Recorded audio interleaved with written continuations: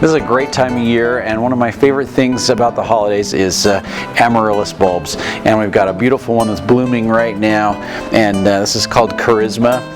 Gorgeous color. It's just barely starting to open, so the blossoms are going to get even larger as it develops. But it's really fun to watch the progress of the amaryllis bulbs as they grow. So today I'm going to show you how to plant your own amaryllis bulbs so you can enjoy them inside during the holidays, but more importantly, after the holidays are over, it's a great time to have something blooming in the house during January and February, and be able to feel spring is on its way, even though we've got 3 feet of snow outside. So a couple of things that you need. I always like to have a little piece of either like paper towel or a napkin or something to put in the bottom of my pot. And I always use just a standard plastic nurseryman's pot. I use an azalea type pot, which has a flatter bottom, so it's not as tapered and narrow, because as the bulbs develop and they grow and they get taller and bigger and the flowers get really big, they're really top heavy. So something with a nice stable bottom works great. And these pots, inexpensive, easy to work with, and then we can make them look nice once we're all done, and I'll show you how to do that. So put your paper towel down on the bottom. The reason we've got the paper towel is because there's holes in the bottom of the pot, and we don't want the soil to just like pour out the bottom of the pot. So the paper towel's there to hold the soil in there. As it gets moist, as the soil really compacts down, it'll start to break down, and that's fine. But we just need it temporarily there to hold the soil. And the best soil that we've got, that we've ever used, is this Fertilome Ultimate Potting Mix.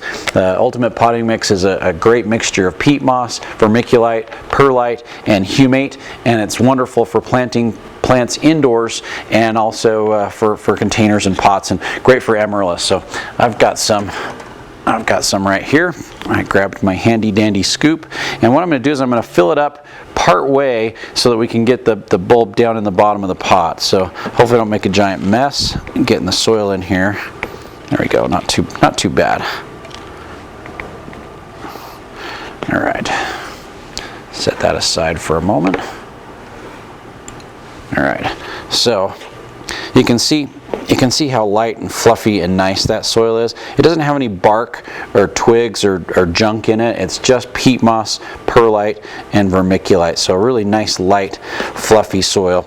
And when you're selecting your bulbs at Anderson's, we have a lot of different colors and a lot of different sizes of bulbs to choose from. So color ranges from white to pink to red to burgundy, and there's some orange and peach colors. Got lots of different colors to choose from.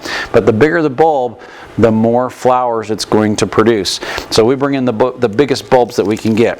This is a 34 centimeter or larger bulb. This is one of the biggest bulbs that you can find around, and most places do not carry bulbs that are this large. So you can see in comparison to my hands how large the bulb is. A 34 centimeter bulb like this will produce at least 2 flower stems with 4 to 6 flowers on it. Like this has 1, 2, 3, 4. This actually has 5 flowers on it.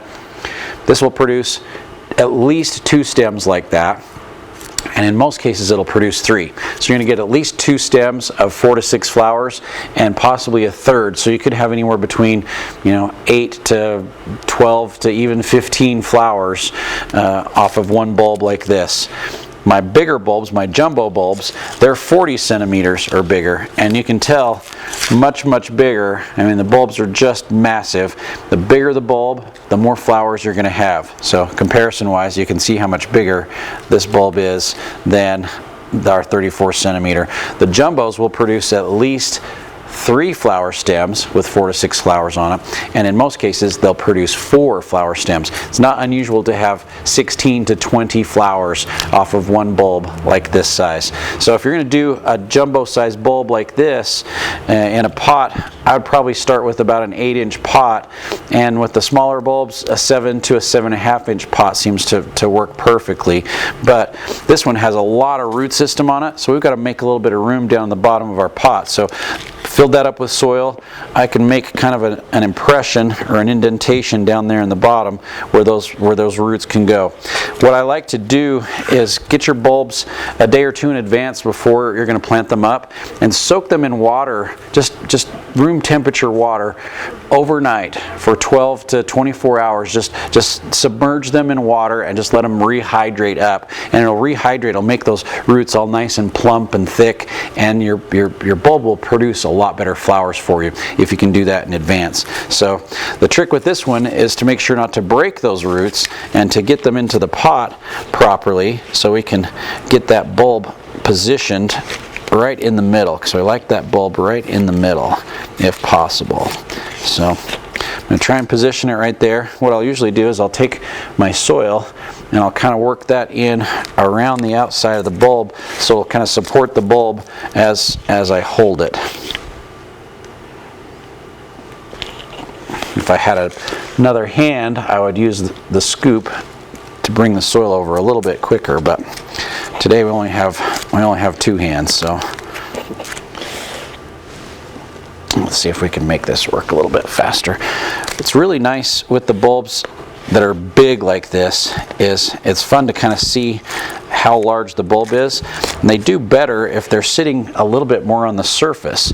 So I like to pack that soil in around the roots. Try not to break or disturb the roots as you're potting it, like I said, and try and leave about half of the bulb exposed from the soil. So we don't want to bury it too deep. We're going to try and get it just right so that bulb will sit almost right on the surface, about 50% of the bulb showing out of the soil. So as I tuck the soil in around it, we're going to reveal a little bit more of the bulb.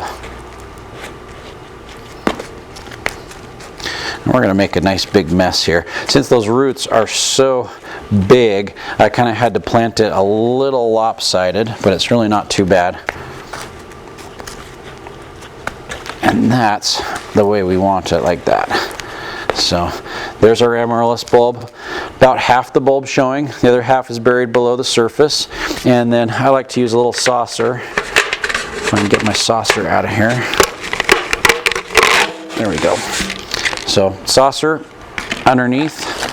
That way it'll catch your extra water. A little bit of fertilizer for the bulb works great. Garden Coat 6, one of our favorites from Fertilome, and you'd use maybe about a teaspoon to a tablespoon per amaryllis. We'll just pop this open really quick.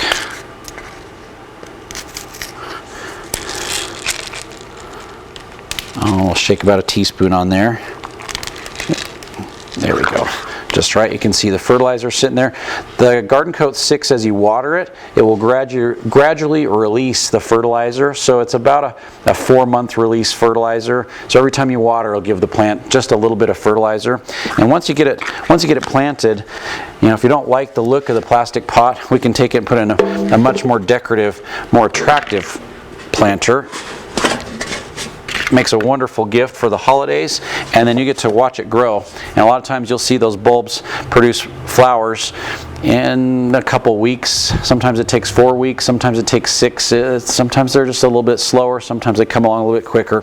And once you start to see a flower bud coming up out of the top of the bulb, it takes about 4 weeks for it to bloom and turn into this.